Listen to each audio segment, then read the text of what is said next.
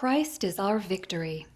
Daily meditations on great texts from the Book of Books.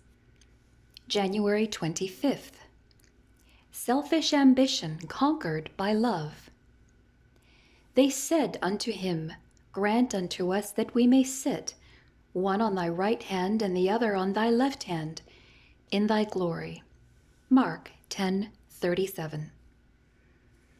This request by James and John greatly annoyed the other disciples.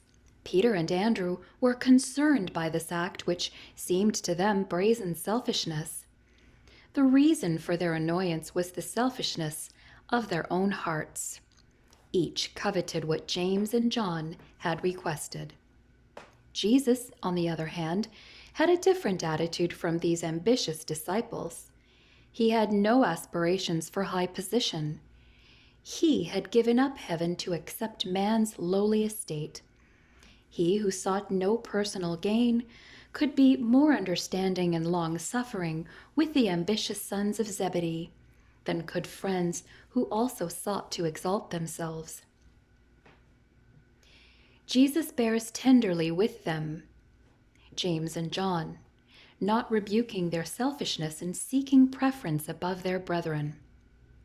Their love is not a mere human affection, though defiled by the earthliness of its human channel. It is an outflowing from the fountain of his own redeeming love. He will not rebuke, but deepen and purify. From The Desire of Ages, page 548. The Master himself had planted within the hearts of these men the longing to be with him.